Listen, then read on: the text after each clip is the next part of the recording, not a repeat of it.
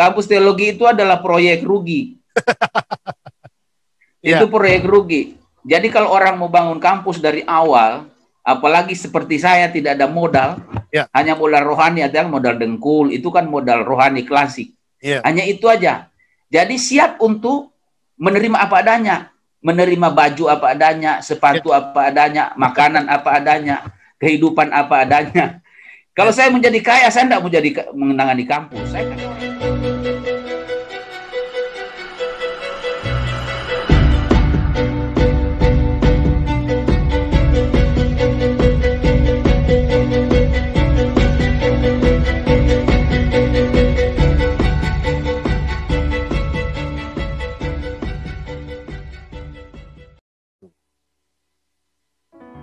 Jumpa lagi bersama Ritson Manyonyo.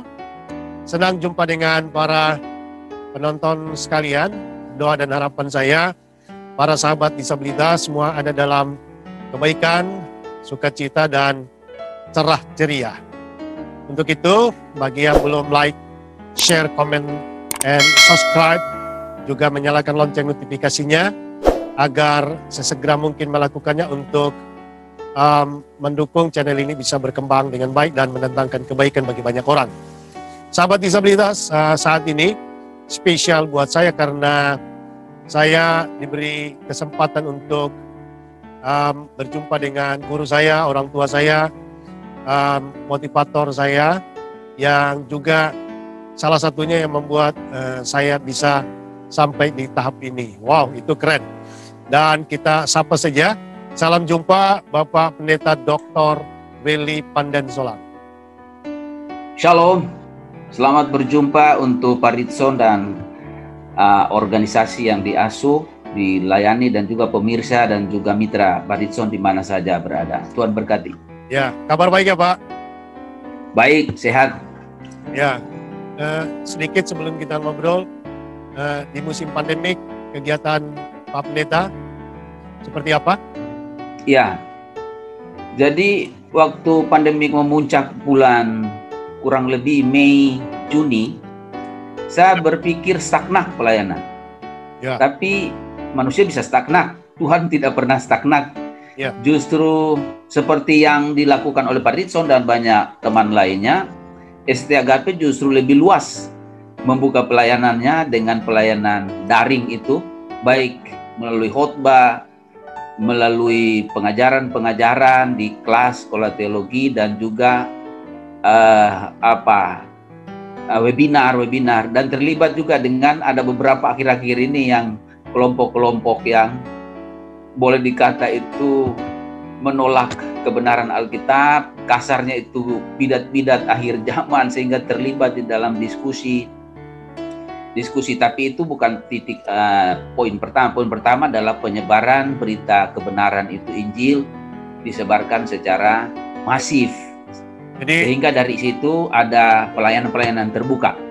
Jadi situasi yang tidak pernah terprediksi dan sangat cepat berubah, ke kultur, cara pandang, perilaku, metodologi, turut serta mempengaruhi kehidupan Pak Pendeta sebagai rohaniawan Kristen, begitu ya Pak Pendeta ya? Ya, seperti itu. Dan justru banyak memberi peluang baru malah.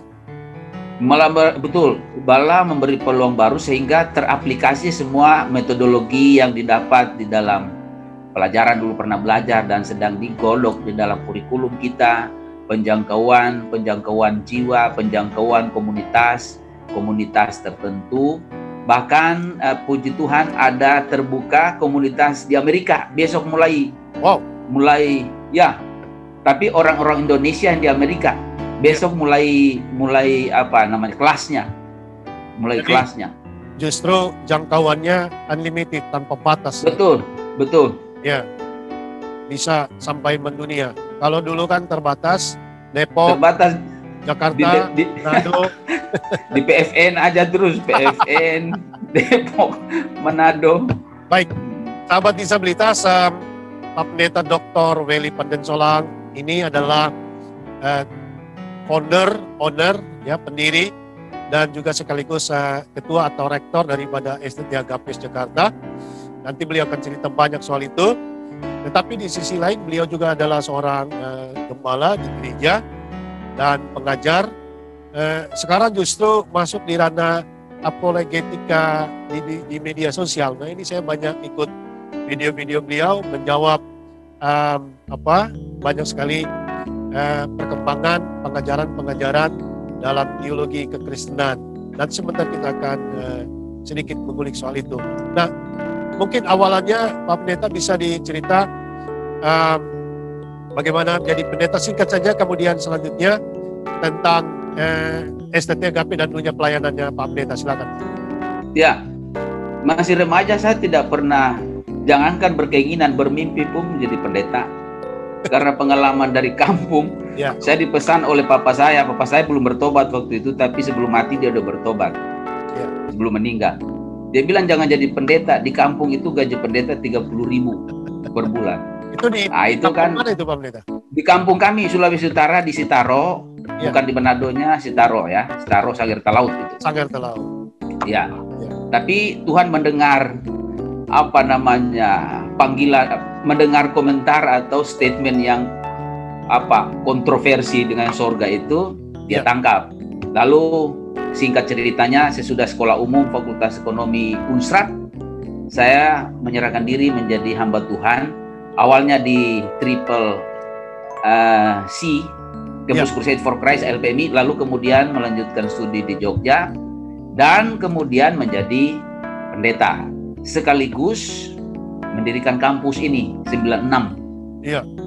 Mendirikan kampus ini 96, mendirikannya bukan diberikan langsung oleh orang-orang atau organisasi tertentu, jiwa atau mahasiswa. Harus memulainya dengan Pak Rizon, udah tahu cerita itu, dengan tiga nenek. Kalau Pak Rizon memulai dengan banyak pengusaha mungkin, ini 3 nenek. 3 nenek itu dibina, lalu diajar untuk menginjil di tempat-tempat tertentu, khususnya tempat rekreasi Ancol dan Taman Mini. Mungkin 3 nenek ini malah lebih semangat dari saya yang muda waktu itu. Saya malu. Mereka melayani banyak jiwa, dan jiwa-jiwa yang dilayani itu tiap weekend berkerinduan untuk menjadi hamba Tuhan secara full dengan mengikuti program studi yang formal. Sehingga didirikanlah kampus ini dari 3 nenek menjadi sekarang sudah hampir 600 alumnus yang sudah disebar, dan tidak ada yang menganggur, Pak. Orang-orang hebat. Yang paling hebat itu Pak Ritson ini.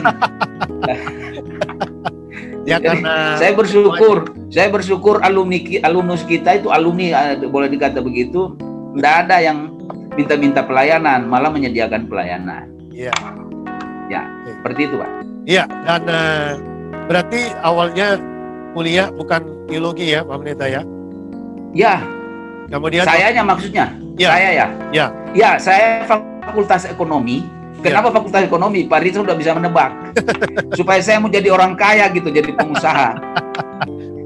Padahal banyak orang kaya tidak kuliah, Pak ya. Itu dia, banyak orang kaya tidak kuliah. Tapi kan paradigma kampung itu, kalau kuliah itu jadi orang kaya. Dan apalagi tidak kuliah.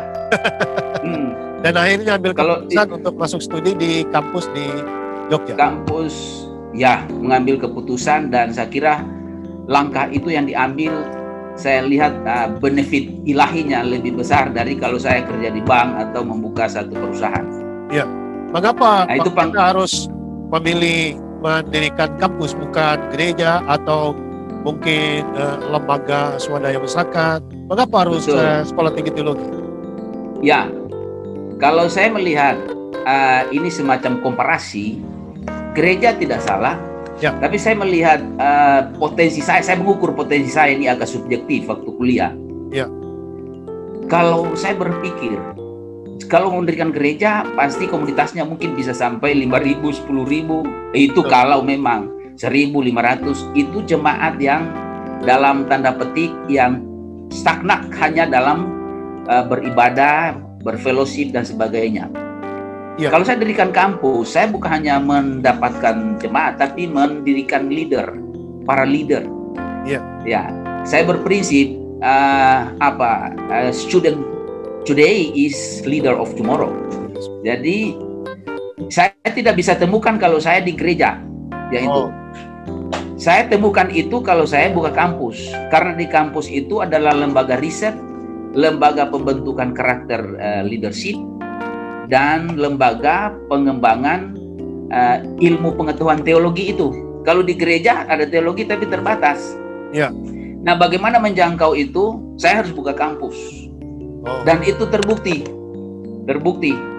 Orang-orang lulusan itu ada yang teolog, ya, ada yang teolog, ya, mengajar, mendirikan yayasan, ada yang mendirikan jemaat, itu juga LSM. udah masuk di dalamnya, ya, LSM, dan kaya-kaya semua. Pak Ritson ini teolog dan teolog dan pengusaha rohani itu kaya. Saya mungkin tidak kaya, tidak apa-apa, tapi saya mengikuti. Ya. Ya, teman-teman yang pernah dibina itu di belakangnya. Pemimpin yang hebat adalah pemimpin yang melahirkan pemimpin yang hebat pula. Dan, nah, itu satu lagi Pak Ritson. Ya. Salah satu apa namanya yang tidak bisa dilakukan secara gamblang oleh seorang pemimpin adalah melihat orang yang dia bina itu lebih dari dia. Ya. Dia tidak mau. Tapi saya sudah bertekad sebelum kampus didirikan, waktu saya masih mahasiswa teologi, saya mau mencetak orang yang kalau boleh lebih dari saya. Wow. Dan itu sudah terrealisasi. Nah, ini masih jarang diketemukan orang yang seperti ini cara pandangnya. Yang ada kan kalau bisa hebat sendiri, kaya sendiri, sukses sendiri. Kalau bisa ya miskin terus. Betul. Yang lainnya miskin terus supaya datang ke saya minta sesuatu. Tapi enggak. Saya mau gembira, saya gembira melihat orang yang hebat dipakai Tuhan, dan memberkati orang dan mendapat banyak berkat. Tapi kan Pak Pendeta kan untuk membangun kampus itu kan butuh modal besar. Seberapa besar modal Pak Pendeta mendirikan kampus? Ya, waktu mendirikan kampus saya mengontak 3 orang untuk menjadi ketua pengurus yayasan untuk memayungi. Tidak ada yang mau. karena kampus itu kampus teologi, kalau kampus umum kampus teologi itu adalah proyek rugi. Itu proyek rugi. Jadi kalau orang mau bangun kampus dari awal, apalagi seperti saya tidak ada modal, hanya modal rohani, ada modal dengkul, itu kan modal rohani klasik. Hanya itu aja. Jadi siap untuk menerima apa adanya, menerima baju apa adanya, sepatu apa adanya, makanan apa adanya, kehidupan apa adanya. Kalau saya menjadi kaya, saya tidak mau jadi menangani kampus. Saya kan orang ekonomi, saya mau jadi pengusaha aja. Hukum ekonomi kan kalau bisa modal kecil untung besar. Kecil besar, ya, modal kecil untung besar. Ya. Ini tidak ada modal, bayangkan. Nggak ada modal tapi impian yang besar. Tapi karena dengan Tuhan, maka hukum ekonomi pun dilampaui, dipasing oleh kenyataan itu. Bisa diceritakan singkat, pernah menjual mobil pribadi untuk membiayai? Nah, waktu mau bikin kampus ini bukan mobil pribadi duluan Pak Ritson. Saya baru menikah. Bagaimana mau kontrak satu petak ruangan kecil sederhana di Jakarta Timur. Saya lihat istri saya baru menikah itu ada gelang dan kalung. Saya bilang, enggak tahu waktu itu masih muda, saya panggil yang, dia sekedar merayu-rayu atau mah atau apa. Mah, kita ini ada satu kelas ini mungkin hampir 10 orang, harus punya ruangan. Tapi nggak ada apa-apanya. Ya, kita mengharapkan teman tadi saya cerita, ayo menjadi pengurus, lari karena melihat keadaan saya itu dari dulu seperti apa sih. Masa membuat pekerjaan yang besar begitu, nggak ada duitnya. Saya datang di rumah, saya palak istri saya, buka gelang, buka kalung, untuk apa? Nggak usah tanya, nanti saya ganti. Terjadilah begitu, dan satu kelas dengan gelang itu, dan lama baru diganti. Baru 10 tahun baru diganti. Tapi istri saya luar biasa. Memang suami itu selalu subjektif terhadap istri. Tidak ada istri sehebat istri saya.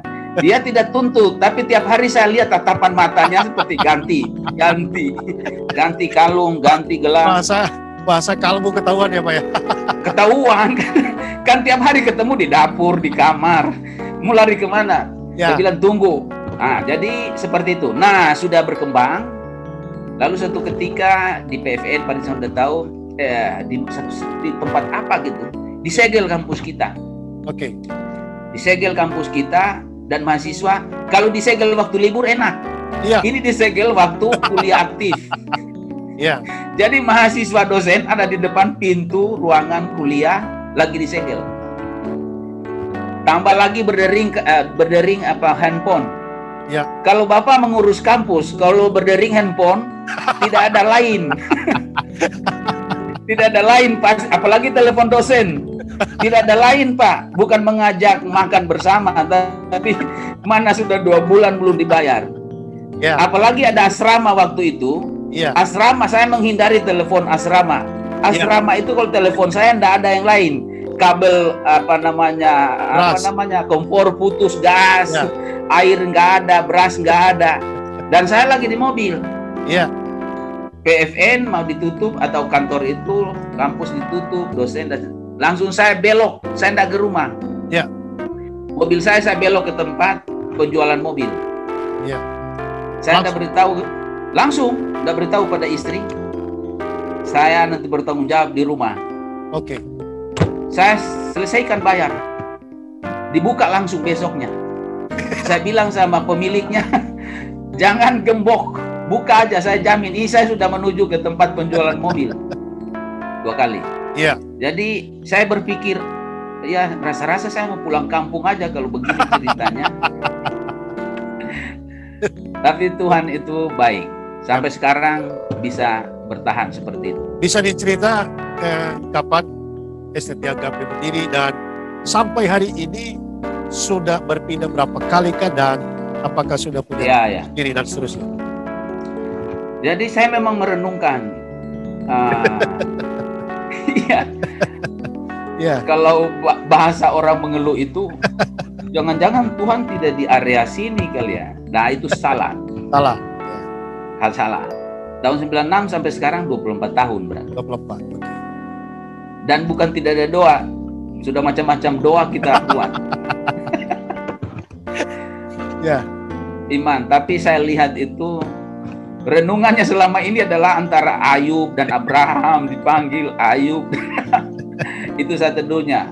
Oke. Kemudian terus berderu menerus ada yang janji kasih gedung kampus, tidak juga.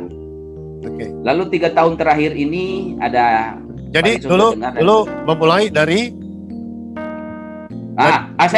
tadi memulai dari satu tempat di Otista itu. Otista Jakarta Timur.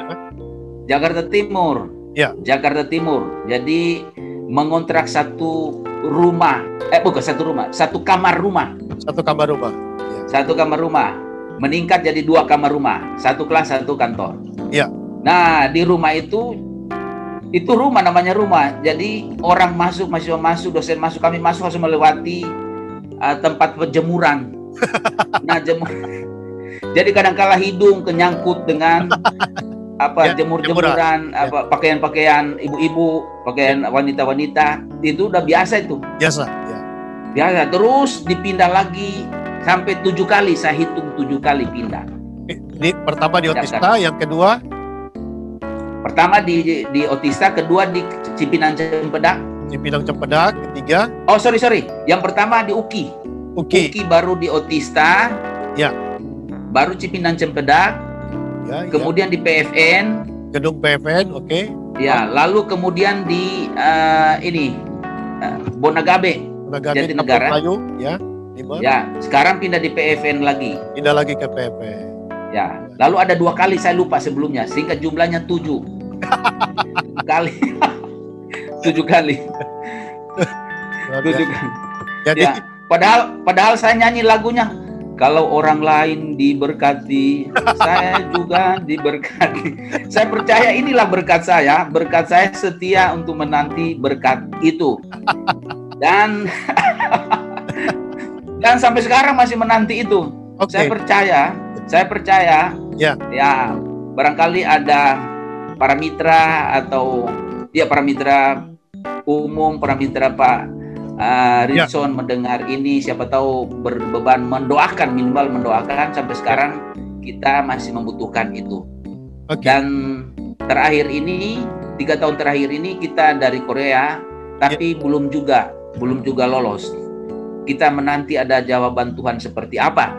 Barangkali apa yang saya share ini menjadi sesuatu jawaban dari Tuhan juga kita imani. Jadi sampai sekarang kita masih menggumuli kampus, itu intinya. Kampus dalam arti untuk pengadaan gedung, tanah, tempat sendiri supaya tidak akan pernah pindah lagi. Ya, karena ada juga jemaat yang digembalakan kan, mahasiswa dan hasil pelayanan mereka. Baik. Dan dengan adanya kampus kita bisa mengembangkan program-program studi, Pak Ritson. Yang jadi menarik adalah dengan berpindah-pindahnya yang nomaden ini, tapi bisa melahirkan 600 lebih alumni. Itu yang saya tidak bisa pikir. Ya, biasanya 600 alumni, dan saya bilang tadi tidak ada menganggur, potensi semua. Biasanya itu digodok, dibentuk, dipikirkan, digumuli melalui media atau fasilitas yang lengkap. Betul. Gedung. Ini pindah-pindah. Pindah-pindah hampir 7 kali pindah, tapi sambil pindah-pindah itu menghasilkan orang-orang yang hebat. Luar biasa. Luar biasa. Dan gedung penting, tetapi yang paling penting adalah visi. Apa visinya yang sebenarnya ini? Visinya itu, kalau visi rohani sudah jelas, yaitu amanat agung Kristus. Ini visi rohaninya, visi misi rohaninya sudah digabung di situ. Memenangkan sebanyak mungkin jiwa. Lalu kemudian visi misinya itu dengan memenangkan jiwa itu bagaimana caranya? Dari sisi strategi kita visinya ini, misinya mau melatih sebanyak mungkin hamba Tuhan dan leader. Dengan cara yang sudah ditempuh sekarang, dengan keadaan keterbatasan fasilitas, baik dana pendukung dan segala macam yang diperlukan, tidak terkendala dengan kurangnya itu, tidak memadainya itu, tetap berjalan. Dan misi yang kedua adalah seperti ada misi sosial kemanusiaan. Kemanusiaan dalam konteks kita dalam kekristenan adalah membentuk masa depan anak-anak muda yang khususnya dari keluarga yang tidak mampu di pedalaman. Itu sebabnya Agape sangat membutuhkan mitra, relasi, donatur, orang tua asuh, beasiswa untuk mendukung, membackup biaya pendidikan dan biaya asrama bagi mahasiswa yang direkrut dari berbagai daerah-daerah terpencil. Iya, betul. Dari daerah terpencil itu. Kalau bicara daerah terpencil berarti orang tuanya, karena saya sudah sering komunikasi dengan orang tuanya, maaf kata, kalau untuk makan setiap hari aja susah, apalagi membayar kuliah. Bayar kuliah. Karena itu saya bilang, per telepon saya tidak publikasi kemana-mana, kecuali ada yang menanya seperti ini. Saya bilang, jadi terima kasih. Kalau saya di bawah cara begini, saya semangat Pak Ritson. Jadi saya bilang pada orang tua, kirim aja. Nanti di sini ada cara tertentu bagaimana caranya supaya mereka bisa makan. Pokoknya kirim saja. Biasanya kalau orang tua mengirim mahasiswa ke umum, orang tua itu terus mengikuti biayanya seperti apa, makannya seperti apa, kuliahnya seperti apa, kosnya seperti apa. Tapi ini selama 2-3 tahun orang tuanya menyerahkan seperti menitip barang aja. Sesudah dikirim orang tuanya itu tidak ada. Sudah dalam tanda petik tidak lagi memikirkan secara detail kebutuhan mahasiswa ini. Kita yang memikirkan. Berapa sih kebutuhan per mahasiswa per bulan, Pak Pendeta? Kalau selama ini SPP-nya ini di luar asramanya, itu sekitar kalau mereka bayar nih, 350.000 per bulan. Plus uang asrama? 350.000. Kalau asrama kita tambah sampai lah, karena selama ini tidak bayar asrama dalam arti kita yang cover semua konsumsinya kan, sampai konsumsi dan segala macam itu sekitar 5-600. Tapi minimal kita dapat SPP-nya dulu. biaya studinya ini, karena ini kan Utama berhubungan dengan uang kuliah. operasional, Ya. uang kuliah. Ya. Oke. Dan uniknya Tuhan, Pak Pendeta, 24 tahun jalan. Jalan. Ya. Tidak pernah ada, Jalan. tidak pernah berhenti karena tidak ada yang membayar. Ada saja cara yang diatur sedemikian rupa. Ya. Jadi ya mereka itu tidak bayar, tetapi kita tetap mencari sponsor. Ya. Bagaimana caranya? Karena kalau dalam arti mereka disponsori itu tidak bayar lalu kita tidak cari sponsor, otomatis tidak jalan ke aktivitas. Karena dosen kan kita bilang, ini mereka ini kan lagi disponsori. Ya. Dosen tidak mau tahu itu. Ya. Dan kita sudah mengerti juga, kita karena itu walaupun mereka itu di asrama, kita harus cari sponsor mereka melalui mencari donatur itu. Jadi untuk menjadi donatur atau sponsor atau orang tua asuh, adakah syarat khusus? Saya kira syaratnya ya tidak ada syarat khusus. Syaratnya adalah kemauan atau kerelaan untuk langsung saja membantu kebutuhan ini. Dan bisa perorangan, korporasi, lembaga keagamaan, atau Ya. LSM atau apa saja bisa. Oh itu. Kalau dari sisi itu, dari mana saja bisa, lembaga pemerintah, LSM, dari koperasi tertentu dalam dan luar negeri, itu yang kita doakan selama ini. Kalau ada sahabat disabilitas yang menonton tayangan ini, Pak Pendeta, kemudian mereka tergerak, mereka bisa kontak kemana? Nanti mereka bisa kontak ke kampus kita. Ya, bisa disampaikan Lewat Facebook, Instagram, Twitter, atau nomor WhatsApp. Oh ya, bisa nomor untuk awalnya bisa kontak saya dulu atau lihat Facebook STT Agape Jakarta. STT Agape Jakarta ada Facebooknya, ada juga WA ada di sana, nanti dikasih kalau diperlukan. Kemudian ada juga web kita, website. Ya. Ya. Website itu alamatnya STT Agape. Nanti saya kasih sama Pak Ritson, ada. Siap, oke. Atau kalau ada relasi yang mau join, bisa melalui channel Ritson Manyonyo, nanti diteruskan begitu ya Pak Pendeta? Ya, boleh. Boleh seperti itu. Baik. Ya. Ada program apa saja Pak Pendeta di kampus? Jadi ada program tuh, kalau kita lihat program terbagi 3. Ada program pengembangan program studi, ada program pengembangan jumlah mahasiswa, ada program pelayanan. Ya. Ya. Lalu ada program yang satu, program fasilitas, jadi 4. Kita melihat dulu program pengembangan mahasiswa. Ya. Kita berusaha setiap semester atau setiap tahun itu bisa ada kurang lebih 50 sampai 70 mahasiswa dalam satu tahun. Ya. Di mahasiswa baru khususnya. Ya. Karena itu kemarin ini sudah tercapai sekitar hampir 50 mahasiswa baru dari daerah, itu di luar dari Jabodetabek. Ya. Nah, tahun depan juga ada. Itu program pengembangan mahasiswa, jumlah mahasiswa, dan program pengembangan prodi, program studi. Ya. Kita sudah punya program S1, S1, PAK dan teologi. Ya.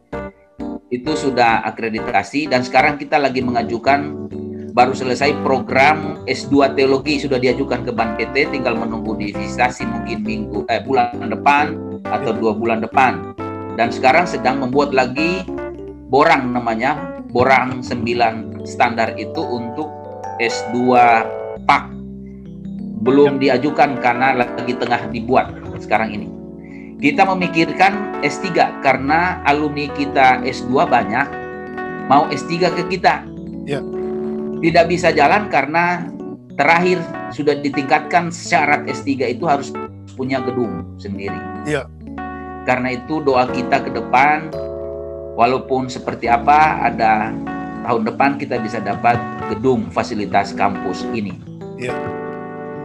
Ya, itu program termasuk fasilitas disatukan dengan program studi. Lalu program pelayanan, dulunya ada program pelayanan lapangan, ada program ke daerah-daerah stop out atau mission trip.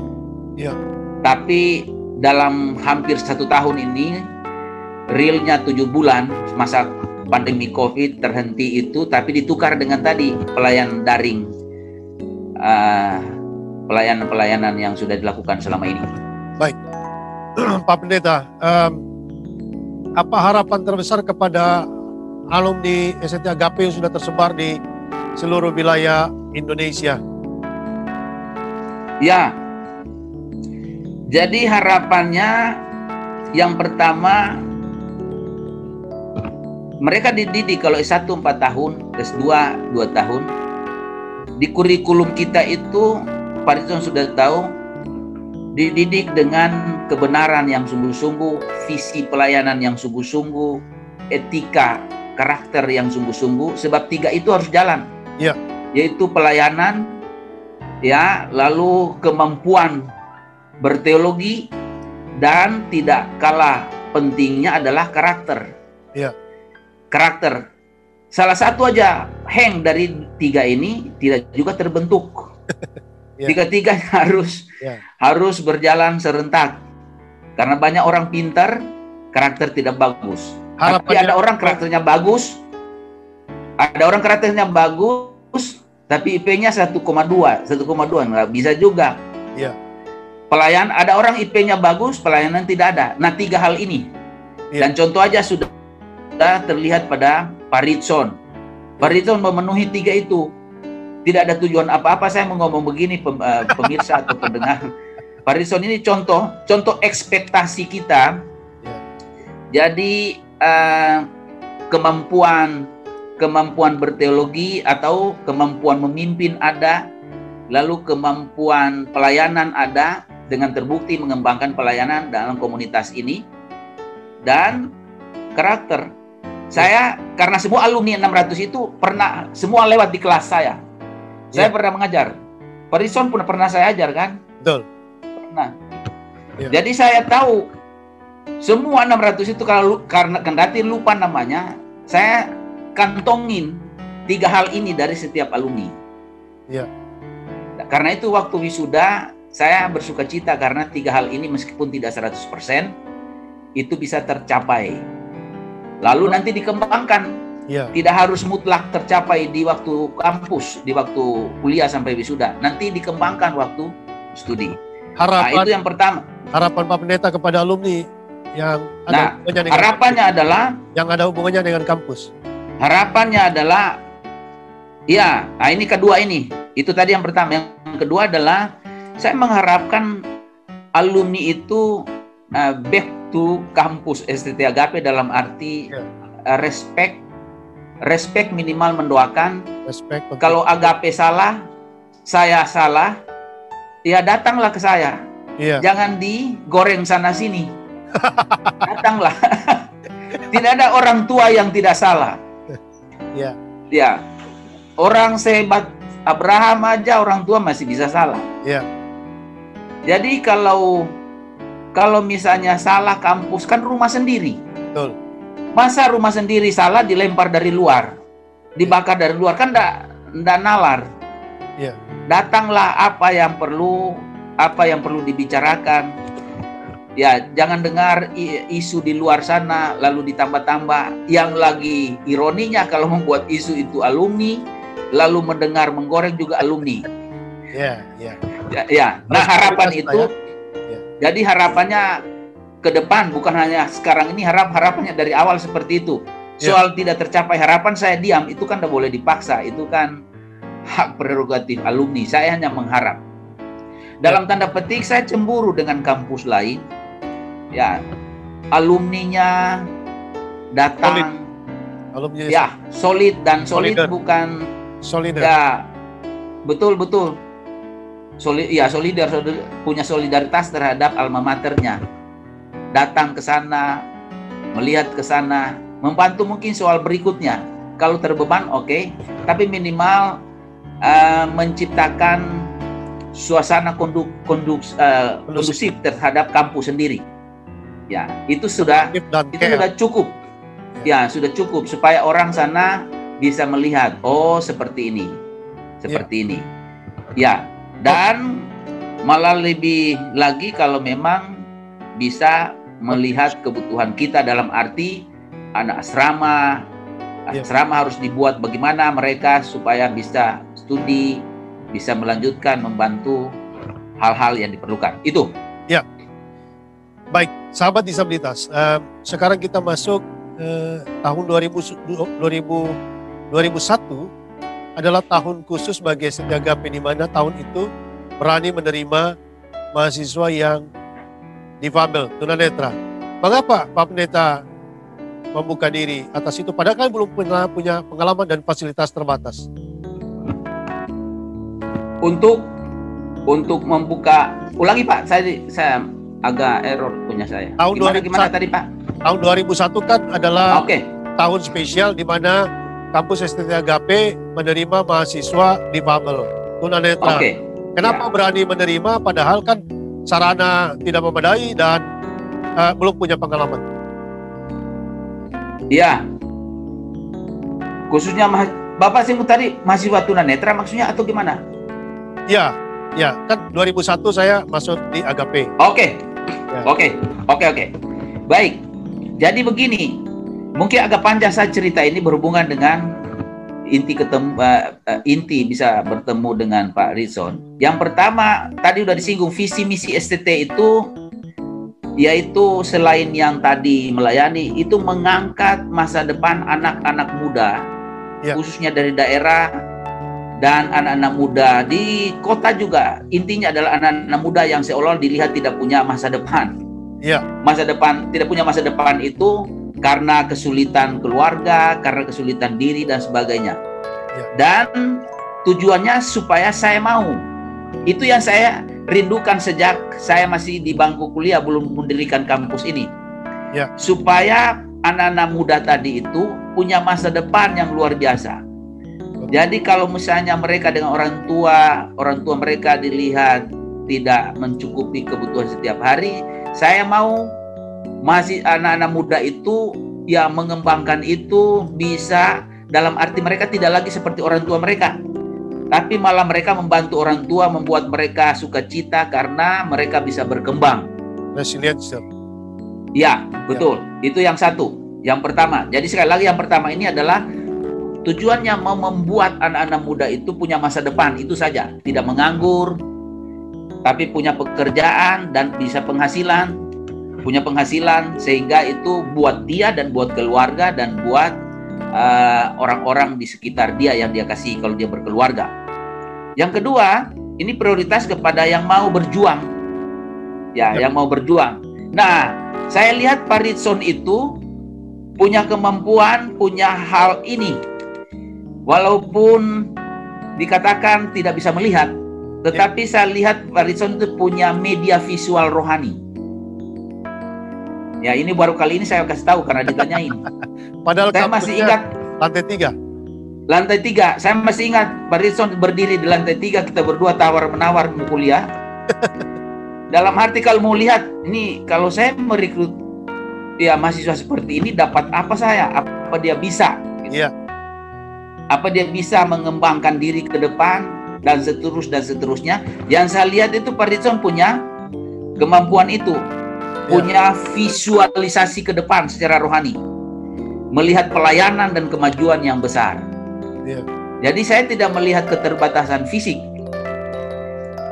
Saya justru melihat keunggulan yang tidak banyak dimiliki oleh orang yang punya penglihatan atau mata jasmani yang baik.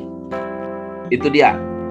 Lalu yang ketiga nih, Pak Ritson itu waktu tahun 2000 berapa itu 2001 ya?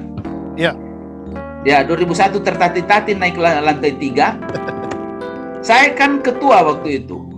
Rektor. Saya tidak mau menerima mahasiswa begini.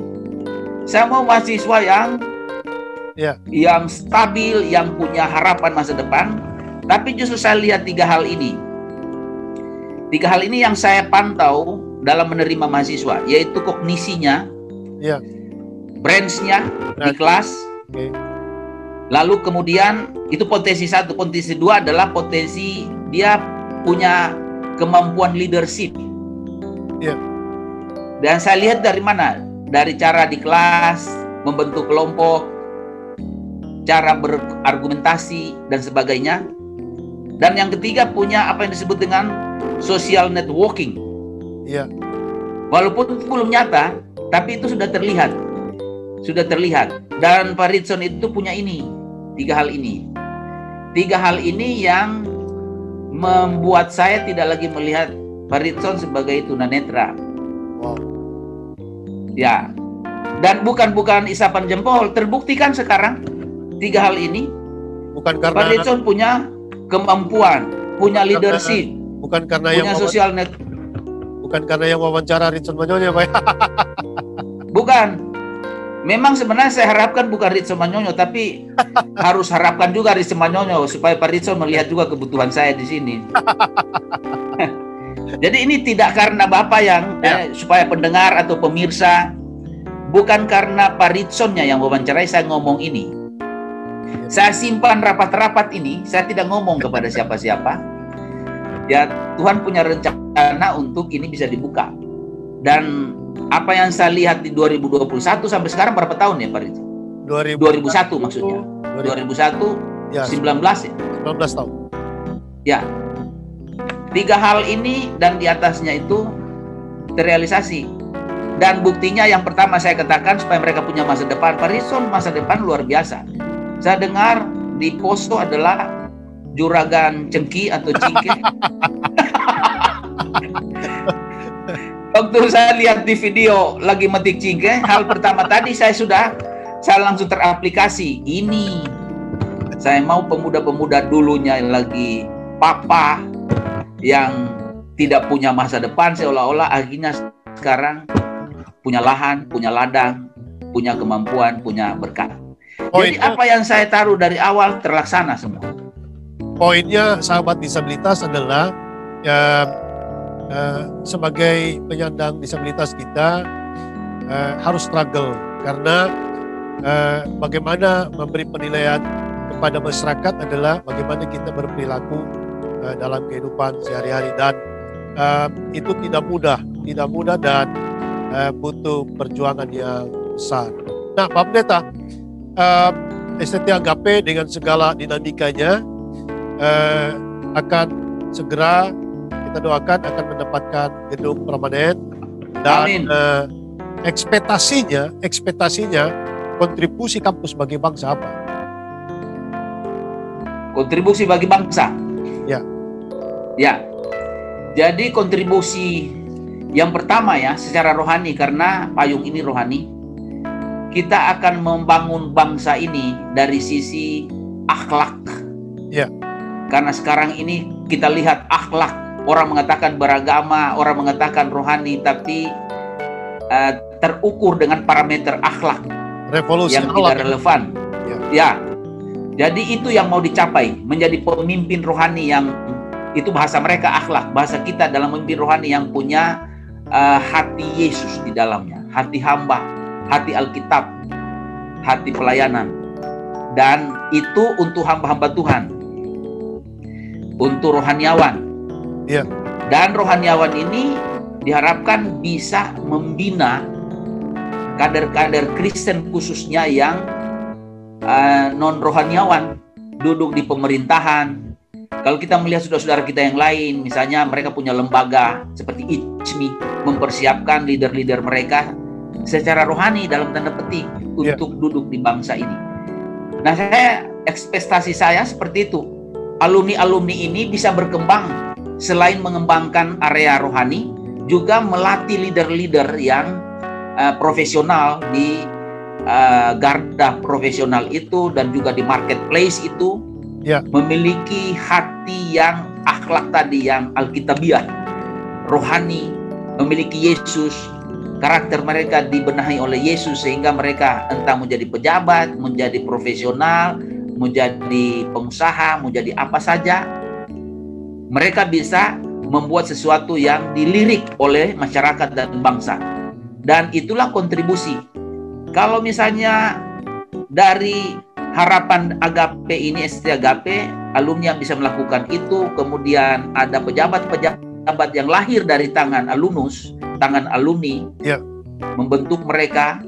Seperti Pak Ritson ini membuat komunitas tunanetra, lalu tunanetra itu saya lihat itu potensi sekali, luar biasa, memainkan peranan di dalam beberapa lini penting di dalam kehidupan manusia, baik dari seni maupun teknologi maupun dari kerohanian dan yang hal-hal umum lainnya dari segi linguistik.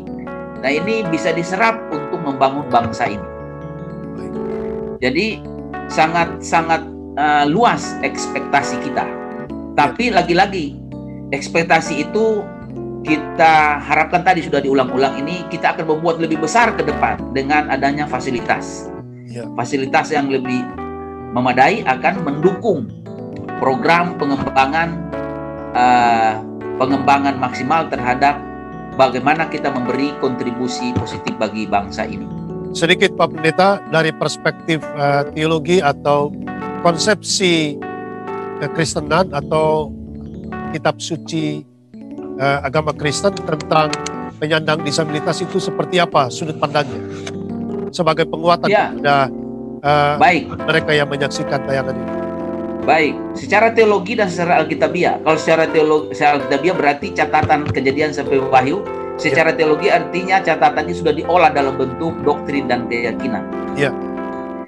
Dua substansi kebenaran ini tidak pernah melihat orang yang membangun masa depan yang baik itu dari segi fisik. Itu bisa dilihat, tapi itu soal kedua. Yang pertama adalah dari sisi tadi, hati. Hati itu bisa tidak ada hati yang cacat. Yang cacat itu fisik.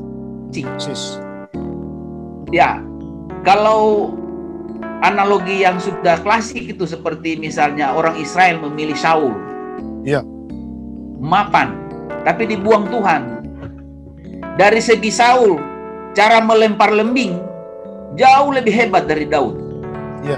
Setelah Daud dibenahi Tuhan, malah lebih hebat dari Saul. Di pandangan Israel, dari segi langkah berlari, Daud tidak ada apa-apanya. Dari segi telapak dan lutut, jarak lutut dan telapak kaki berlari seorang prajurit, Daud tidak ada apa-apanya. Perawakan Saul tidak ada apa-apanya. Tapi semua dimentahkan Tuhan. Aku tidak melihat perawakan. Aku melihat inner personnya. Apa yang di dalam hati itu. Nah, Pak Ritson dan komunitasnya punya kapasitas Daud, bukan Saul. Karena itu dalam perspektif Allah melalui Alkitab dan teologi, Allah mendorong dan Allah memakai seluas-luasnya. Karena kalau orang ada di dalam Tuhan, yang menjadi kekuatannya adalah Tuhan. Bukan fisiknya. Jadi kalau kita menyerahkan diri pada Tuhan, Tuhan pakai. Kita tidak punya tangan, kita tidak punya hidung, tidak punya kuping, tidak punya mata, tapi punya hati, itu yang dipakai Tuhan. Saya melihat motivator sekuler itu, orang yang siapa namanya saya lupa, mungkin Pak Ritson tahu, tidak punya kaki, tidak punya tangan, tapi dia menjadi penasehat orang yang sampai orang yang dinasehati itu bisa menjadi orang hebat. Nah, kembali ke tadi. Jadi Kejadian sampai Wahyu saya mencermati itu. Justru orang-orang yang hebat itu yang mengandalkan kekuatan dipakai oleh Tuhan, bahkan tidak dipakai Tuhan. Mencermati atau melihat lagi para rasul, itu jemaat sudah mengerti. Tiap hari mereka melempar jala. Dari sisi mana mereka punya kapasitas. Tapi ketika mereka di tangan Tuhan, mereka menjadi teolog. Ketika mereka di tangan Tuhan, mereka menjadi leader. Leader pertama dalam arti leader sinode gereja di Yerusalem bukan ahli pikir, ahli filsafat sekaliber Gamaliel atau Paulus sebelum bertobat, tapi Petrus. Nelayan. Siapa Petrus? Dan dia yang memutuskan sidang Yerusalem. Dia ketua sinodenya, dia teolog seniornya. Wow. Ya, dia teolog senior. Dia yang merekomendasikan perjalanan Paulus kedua dan sampai keempat. Seorang nelayan itu. Paulus ahli filsafat ketika ditolak dalam perjalanan pertama sampai ke Galatia dulu. Karena ada konflik doktrinal di sana, soal soteriologi, dia balik ke Yerusalem. Paulus ahli filsafat Tarsus, ya, lalu pergi minta advice teologi kepada Petrus di sidang Yerusalem. Dan itu terjadi, ya, jadi itu terjadi.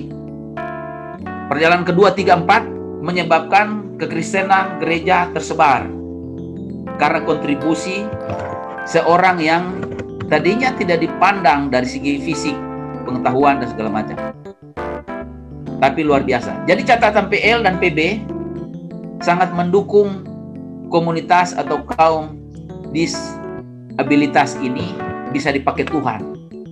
Bisa dipakai Tuhan luar biasa. Bahkan lebih hebat dari orang yang punya ability secara fisik. Punya ability secara fisik. Jadi di dalam kekristenan sudah tidak ada lagi sekat. Mana ability, mana disabilities. Yang ada adalah hati yang disability dan ability itu ada Yesus, ada visi Yesus, ada kerendahan hati, ada karakter Yesus atau tidak. Nah, itu ada di dalam Paritson, bisa dikembangkan, dan juga komunitas ini, anak-anak, murid-murid disabilitas ini dapat maju, membawa bangsa ini untuk Kristus. Wow, luar biasa, Pak Pendeta. Sahabat disabilitas, apapun keadaan kalian yang menyaksikan tayangan ini, tidak bisa mendengar, tidak bisa bicara, tidak bisa berjalan, lansia kah, stroke kah, janda, duda, single parent, atau apa saja, ingat bahwa Tuhan bisa pakai secara luar biasa hidupmu manakala engkau memberi hati hamba dalam hidupmu. Oleh karena itu, berserah dan meminta berkat dari Tuhan sehingga Ia berkenan atas hidup kita dan dimaksimalisasi olehnya untuk kemanfaatan sebesar-besarnya bagi begitu banyak orang. Luar biasa. Pak Pendeta, sebagai yang terakhir, apa yang mau disampaikan kepada sebegitu banyak pemimpin-pemimpin lembaga pendidikan dari jenjang PAUD, SD, SMP, SMA, kampus yang sampai hari ini belum yakin dan masih melakukan penolakan terhadap kelompok apa saja untuk menempuh studi di tempat mereka? Maksudnya coba perjelas tadi, Pak. Sampai sekarang masih apa yang Bapak ingin sampaikan kepada para pemimpin-pemimpin lembaga pendidikan yang sampai sekarang masih diskriminasi, masih belum mau menerima mahasiswa atau siswa yang masih mengukur fisiknya? Oke, baik. Jadi saya kira dasar Alkitabnya jelas. Ya, persyaratan pertama itu untuk masuk di dalam komunitas rohani, entah itu kampus, entah sekolah atau apa saja, dari kita itu secara internal. Kita tinggalkan ya paradigma bahwa syarat itu adalah syarat fisik atau jasmani. Sebab ada banyak contoh baik di umum maupun sekolah teologi bahwa orang jasmaninya baik tapi bisa menjadi pengerongrong di dalam pelayanan, dalam keluarga, dalam doktrin termasuk. Dalam doktrin. Jadi himbauannya adalah bagi yang sudah disebutkan tadi, entah dari PAUD sampai perguruan tinggi yang masih memiliki persepsi atau pola penerimaan mahasiswa atau siswa itu hanya orang-orang yang punya fisik yang baik, itu tinggalkan. Kita mengalami satu keterbelakangan atau langkah ke belakang kalau punya persepsi seperti itu. Karena kita harus lihat secara rohani tadi. Sebab seperti saya katakan tadi, kita mungkin belum melihat kalau orang yang disability itu punya kemampuan jauh dibanding dengan kemampuan orang yang punya kemampuan fisik. Ya, ketika kita menolak mereka, yang disability ini, kita tidak tahu kalau mereka itu bisa punya kemampuan lebih. Ya. Baik di dalam pengembangan dia maupun pengembangan lembaga di mana mereka berstudi begitu. Jadi himbauan singkatnya adalah terima mereka karena itu aset. Yang paling utama adalah tadi pembenahan secara rohani. Pembenahan secara rohani, hidup bersama Yesus, punya visi Tuhan, punya karakter baik, dan kekuatan itulah yang mendorong potensi itu timbul. Fisik itu hanya pendamping saja, dalam arti pelengkap. Pelengkap fisik itu. Karena kepribadian itu tidak ditentukan oleh fisik. Betul. Kalau secara eskatologi fisik kita ini kan hilang. Yang tetap itu adalah hal rohani. Jadi rohani itu yang menjadi kekuatan sebenarnya, bukan fisik.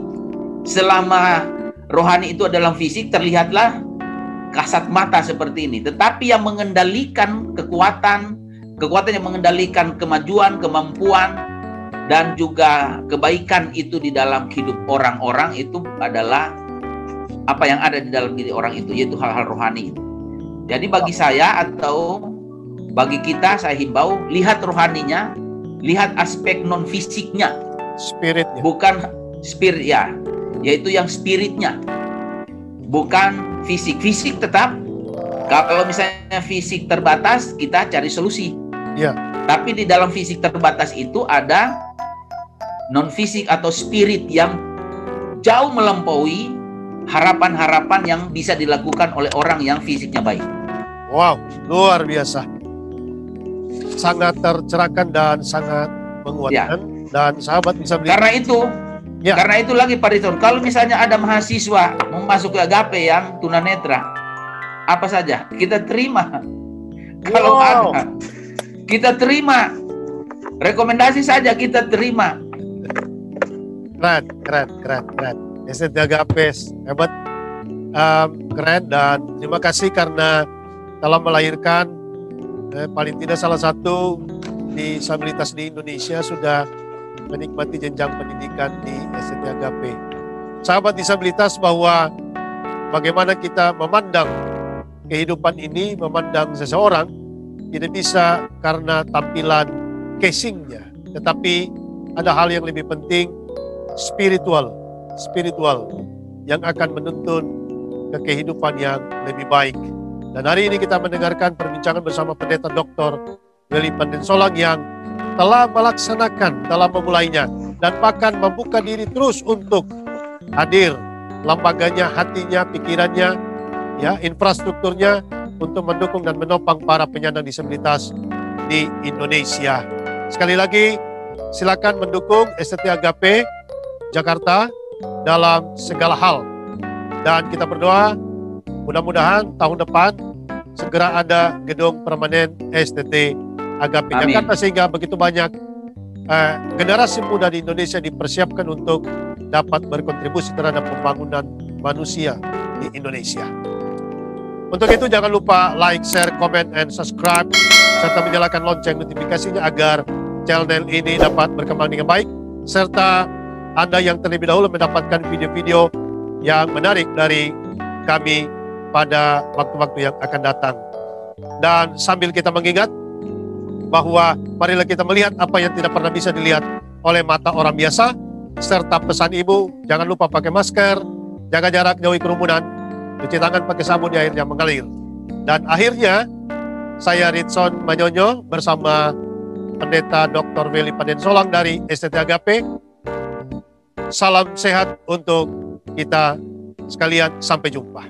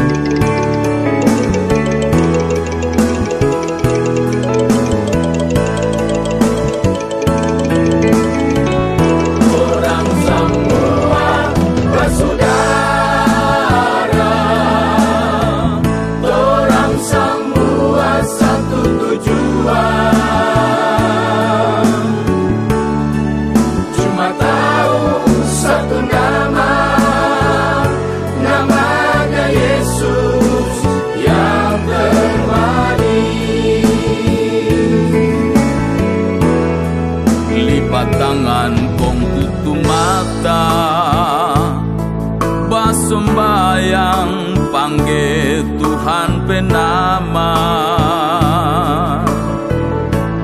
Minta Pak Tuhan jaga akan patoran semua, jangan sampai babaku marah.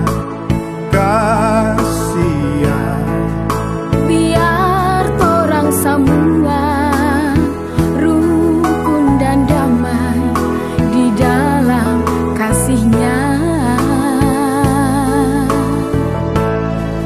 Nyanda ada perbedaan, perpecahan, itu karena kasih-Nya.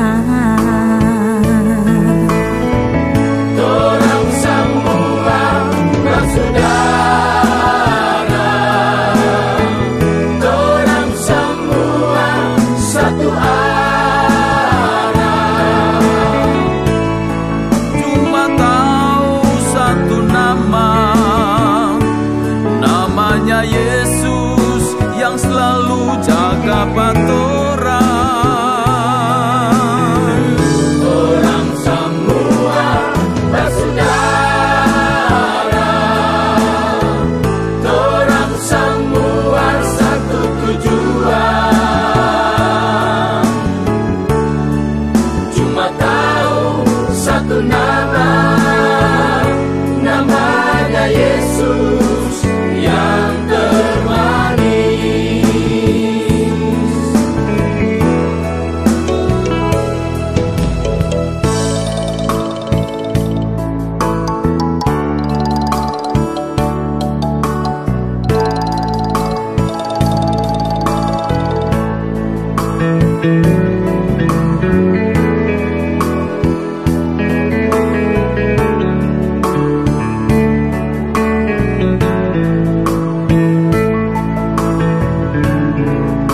Biar torang semua rukun dan damai di dalam kasih-Nya. Nyanda ada perbedaan, perpecahan, itu karena kasih-Nya.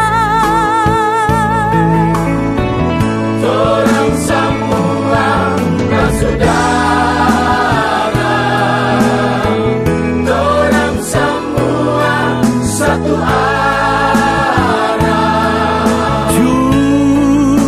cuma tahu satu nama, namanya Yesus yang selalu jaga patoran.